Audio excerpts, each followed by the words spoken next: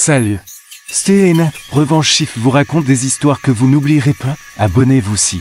Vous êtes prêts? Commençons. L'oncle Tom et Souris, mon frère, de l'autre côté de la table de pique-nique. Ce bière le vers signe de félicitations. Félicitations pour les nouvelles maisons. Que Dieu, tes parents dit qu'il t'avait donné les maisons de Sabrina, c'est un sacré cadeau. Mes sœurs et m'étaient arrêtées au milieu d'une frappe sur ses vacances Quentin, les salades de pommes de terre sur sa fourchette et reste suspendu vlaire. Mes parents échangeaient des regards paniques, le genre de regard les yeux de ta mère. S'écarquille la mâchoire de mon père se crispe si fort que je pouvais voir le muscle tressaillir à 5 mètres de distance. Tom a chuchoté ma mère d'un ton pressant. Pas maintenant. Je calmement siroté mon vin, le pinot grigio était médiocre. Mais j'avais appris à apprécier le mauvais vin lors des réunions de famille, ce les rendait laises. Mise en scène plus tolérable. J'ai posé le verre et j'ai souri mon oncle, le frère de mon père.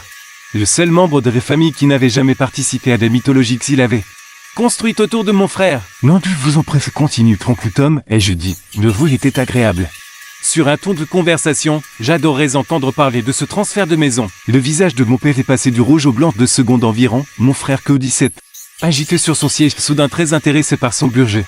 Ma mère émit un petit bruit d'étouffement, l'oncle Tom est inconscient de la tension. De continuer. Ouais. Ton père m'a dit la semaine dernière, il est dit que c'était le paiement de la dette médicale, puis... Coco dit t'es sauvé les vies 2013e.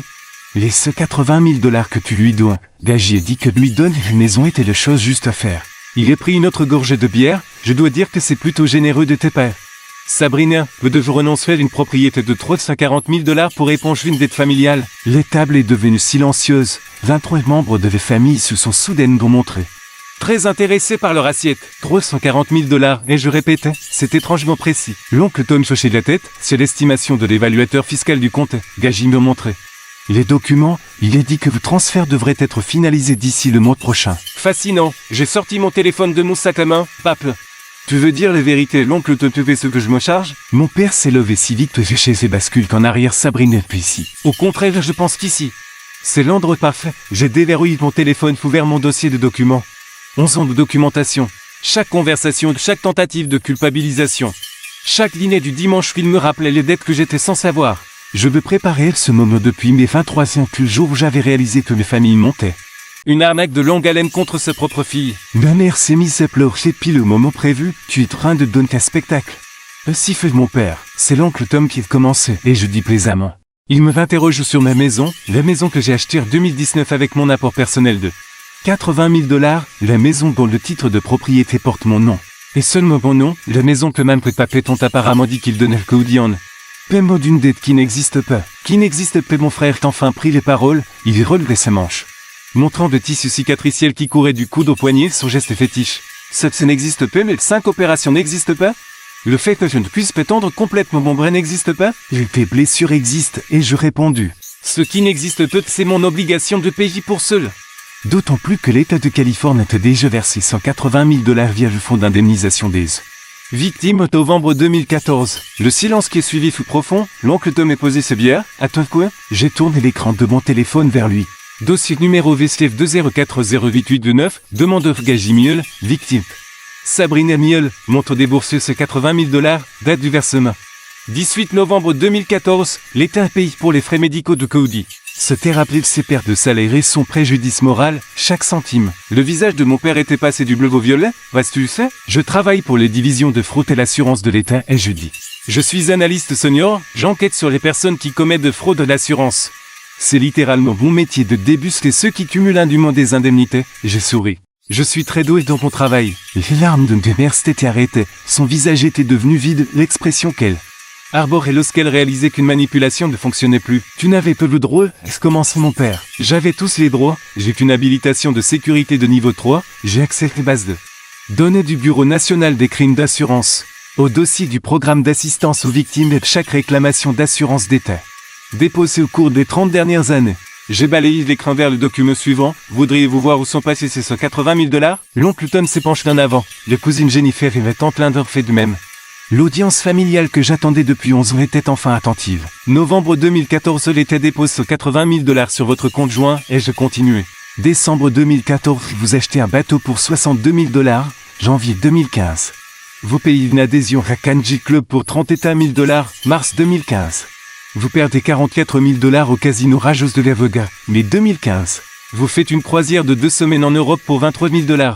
Je levai les yeux. Dois-je continuer parce que je t'en son de relevé bancaire? Mon frère s'est levé, tu as piraté nos comptes. Je n'ai rien piraté du tout. Tu m'as donné tes mots de passe quand tu m'as demandé de payer. Facture d'électricité 2016, tu te souviens? Tu disais que tu étais trop blessé pour travailler. Trop traumatisé pour gérer tes propres finances. J'ai incliné de tête, il s'avère que donner ces mots de passe bancaire à quelqu'un permet. Cette personne de tout voir, et j'ai des captures d'écran pour redater dates certifiées. C'est de la folie. A dit ma mère, mais si vous avez perdu son tremblement, les larmes avaient disparu, elle avait l'air en colère maintenant. Patrice était blessé, en colère parce que j'avais interrompu le jeu. Ce qui est fou, est jeté. C'est de passer 11 ans et dire à ses filles qu'elle doit 180 000 $ et son frère pour lui avoir sauvé. Lévi alors que l'État vous a déjà payé exactement cette somme, ce qui est fou. C'est d'utiliser cette dette fabriquée pour contrôler chaque aspect de ma vie, ce qui est fou. C'est d'essayer de voler ma maison. Voler? La voix de mon père était menaçante. Nous sommes tes parents, nous t'avons donné la vie, nous t'avons élevé. Il était vous indemniser que j'ai été victime d'un crime, c'est comme ça que fonctionne. Fonds d'indemnisation des victimes, l'État verse une compensation aux familles touchées par un crime violent. Je glissais vers un autre document. Selon les directives du fonds, l'indemnisation censée d'être victime et se famille se rétablir, elle n'est pas destinée être dépense à bateau au jeu d'argent. Et elle n'est certainement pas destinée à servir de levier pour extorquer de l'argent supplémentaire et des victimes. L'oncle Tom fixait mon père, j'ai dis-moi quel ment. Mon père n'a rien dit. Je vais faire mieux que ce oncle Tom, je me suis levé et j'ai contourné la table. Laissez-moi vous raconter ce qui s'est réellement passé cette nuit de 0 à 3, l'histoire du héros que Cody raconte depuis 11 ans, la vraie histoire. Le visage de mon frère est devenu livide, Sabrine ne fait passer. Nous rentrions du 7-Eleven sur l'avenue Patterson, il était 23h47, j'avais 19 ans. Cody en avait 20 états, 5 sont sortis d'une ruelle, je leur note le rapport de police. D'ailleurs, ils ont commencé à faire des commentaires sexuels. Des menaces, et savez-vous ce que mon brave frère a fait? Personne ne parlait, il me l'attrapait par les épaules. Me poussait vers eux, furlot prenait-la. C'était en fil courant. Ma mère tient un hoquet de surprise, ce n'était pas un cri de théâtre, c'était réel. La station-service se face avec des caméras de sécurité, et je continue. Les images faisaient partie de l'enquête policière, j'ai fini par demander une copie l'année dernière vive une procédure d'accès de documents administratifs, il a fallu 11 mois pour l'obtenir. Mais j'ai lancé le fichier vidéo, voudriez-vous regarder? Ce n'est pas ce qui s'est passé, et dit que sa voix tremblait. Tu as raison, laisse-moi finir, que vous couru, les gavris m'ont laissé partir, c'était juste des idiots ivres qui essayaient de faire peur. Pas de vrais prédateurs. Je suis rentré courant. Je trouvais Cody au bas de l'escalier du sous-sol. Il avait trébuché à descendre et était tombé. Son bras était tordu selon un angle anormal. Fracture ouverte. Le radius et le cubitus étaient tous les deux cassés. Je regardais mon frère. Le rapport d'urgence indique une blessure compatible avec un traumatisme et une chute. Prêt avec une agression, le rapport de police précise qu'aucun suspect n'a été arrêté parce que frère de tes victimes fuit les lieux et n'a pu fournir aucune description, et pourtant, d'une manière ou d'une autre. Tu racontes aux gens depuis 11 ans que tu as reçu un coup de barre de fer sur le bras-pompe. Défendre. L'oncle Tom se tenait debout maintenant, il regardait mon père avec une expression que je ne lui avais jamais vue. Est-ce que c'est vrai? C'est plus compliqué que. Est-ce que c'est vrai? Le silence de mon père servait de réponse. Putain de merde. Elle dit doucement, l'oncle Tom, vous escroquez votre propre fille depuis 11 ans. Nous sommes une famille, tante et ma mère, la famille prend soin les uns des autres. La famille ne commet pas de fraude. Et je répliquais, et c'était exactement ce que cette fraude à l'assurance extorsion. Et maintenant tentative de vol de propriété. J'ai sorti un document plié de mon sac. Ceci est un acte de transfert de propriété par renonciation, maman et papa forgé les signatures. Dessus il y a 3 semaines, ils l'ont déposé au bureau du cadastre du comté pour transférer mes maisons au nom de Cody. Je l'ai tendu l'oncle Tom, il l'étudie, son expression s'assombrissant. Je suis une spécialiste de la fraude documentaire et je l'ajoutais. Cela fait partie de mon travail, je peux identifier des signatures contrefaites. Analyser les types d'encre. Vérifier les points de pression et la cohérence des traits, cette signature, j'ai pointé de Sabrine a mis tout en glace, c'est l'écriture de papa, il essayait d'imiter mon style. Mais il mit trop de pression sur les traits descendants placés sur la barre des têtes de. Plus l'encre avait une pilogée 200 bleu 0,7 mm, j'utilise exclusivement des Uniball signaux noirs 0,5 mm. Mes sœurs aînées regardaient nos parents comme si elles ne les avaient jamais vus auparavant. Maman, papa, ne m'écoute pas, dit ma mère, il a toujours été dramatique. Cherchant toujours à détruire cette famille, j'ai des enregistrements et jetés. Du dîner de dimanche dernier, celui où papa m'a dit que j'avais 30 jours pour lui céder mes maisons. Sinon il ne poursuivrait justice pour les totalités des 180 000 $. Celui où maman disait que j'étais une ingrate pour avoir remis les dettes en question. Celui où que vous dit menaçait de faire de neuf un enfer si je ne coopérais pas. J'ai brandi mon téléphone. La Californie est un État où le consentement des deux parties est requis pour enregistrer une conversation. Mais il existe une exception pour l'enregistrement de preuves de crime. Le fraude à l'assurance est un crime. L'extorsion est un crime. Le faux en écriture est un crime. Je documente tout depuis 2014. Attendant que vous poussiez le bouchon assez loin pour que je puisse finir une fois pour toutes. Tu nous as piégés, a dit mon père. Non. Je vous ai donné ton sang pour dire la vérité, je vous ai donné des centaines de chances d'arrêter. Chaque dîner du dimanche de chaque fête, chaque anniversaire, vous me faisiez culpabiliser à cause de cette dette. J'attendais que l'un d'entre vous se sente assez coupable pour avouer, personne ne l'est jamais. L'oncle Tom tenait l'acte falsifié comme s'il était radioactif. Bien juste tu dois réparer ça. Il n'y a rien à te réparer, et je dis. J'ai déjà déposé une plainte auprès du bureau du procureur du comté, fraude à l'assurance. Tentative de vol qualifié faute extorsion, ils examinent les preuves cette semaine. Tu as dénoncé ta propre famille et la police? Chuchotait ma mère. Non. J'ai appelé les divisions des fraudes du procureur, la police viendrait plus tard si le procureur décide d'engager des poursuites et ce qui est étant donné les preuves que j'ai fournies. Relevé bancaire, document d'indemnisation de l'État, acte falsifié que menace enregistre. Vidéo de surveillance est fort probable. Mon père a fait un pas vers moi, pendant un instant je crus qu'il allait me frapper. Mais l'oncle Tom s'interpose, me fait passer. Elle dit doucement, l'oncle Tom, n'aggrave pas ton craie. Pire, mon père a fait pester à rire creux, mes filles viennent de détruire cette famille. Non, et je dis.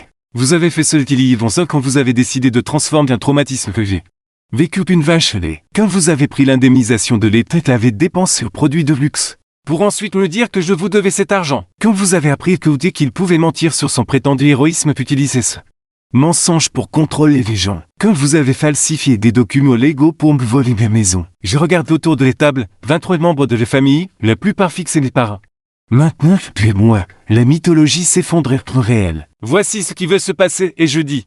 Le bureau du cadastre est en train d'annuler l'acte frauduleux. Ma maison reste à mon nom. Le procureur décidera s'il faut porter des accusations. Cela n'est plus de mon ressort. Et j'en ai fini avec les dîners du dimanche. Avec la culpabilisation de fait. Avec les appels téléphoniques sur les obligations familiales, j'ai fini d'être le méchant danse. Votre histoire. Sabrina, est en train de mère une dernière fois. S'il te plaît, nous sommes ta famille. Non. Et je dis, la famille ne fait pas ce que vous avez fait. La famille ne passe plus une décennie. Mène une campagne de torture psychologique contre sa propre fille, la famille ne vole pas. J'ai pris mon verre de vin et je me suis tourné vers l'oncle Tom. Merci d'avoir posé ta question sur la maison, j'attendais le bon moment pour avoir cette conversation, vous m'avez offert l'ouverture parfaite. L'oncle Tom secouait tes plantements, je suis désolé de Sabrina, si j'avais su. Vous ne pouviez pas savoir, ils sont très doués dans ce qu'ils font, j'ai regardé les parents. Une dernière fois, ils ont eu beaucoup d'entraînement. Je me suis dirigé vers ma voiture sans regarder en arrière. Derrière moi, je pouvais entendre l'explosion commencer et la voix de l'oncle Tom qui montait. Les questions choquaient de mes tantes ma sœur exigeant des réponses. La réunion de famille devenait un règlement de compte. Mon téléphone vibrait alors que j'atteignais mes voitures. Un SMS de mes cousines Jennifer, putain.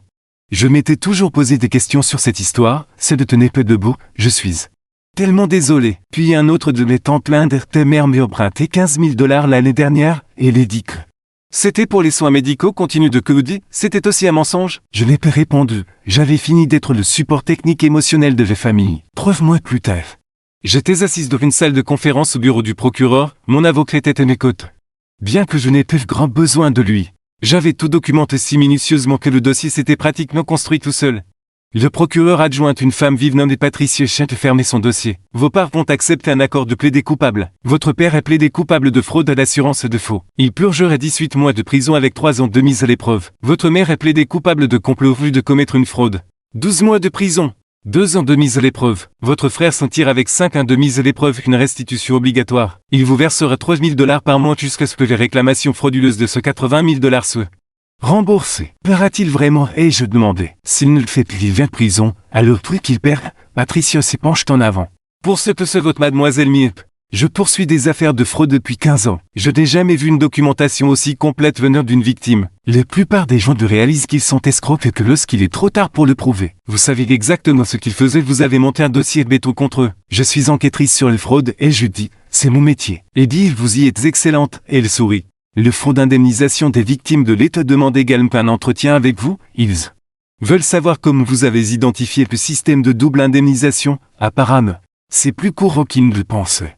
Il souhaite développer de meilleurs protocoles de détection. J'ai hoché la tête, bien sûr que c'était courant, les familles sont censées être dignes de confiance. L'État part du principe que lorsqu'il verse une indemnité de famille d'une victime, cet argent sera utilisé pour aider les victimes.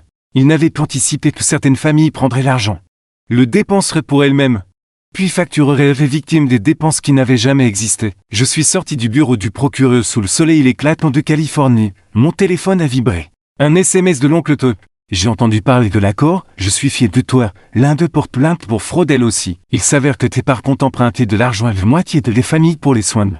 Que Dieu, tu as lancé une révolution. J'ai souri, bien, qu'ils veulent tous la vérité. Ma maison était toujours à moi. Mon compte bancaire était toujours à moi. Ma vie était toujours moi. Et en 5 ans, Spookody aurait fini de payer ses restitutions ordonnées par le tribunal. J'aurais ce 80 000 $ supplémentaires que je donnerais probablement au véritable fonds d'indemnisation des victimes. Le boucle était bouclé. Je suis rentré chez moi à travers les embouteillages pensant à cette arnaque d'11 ans.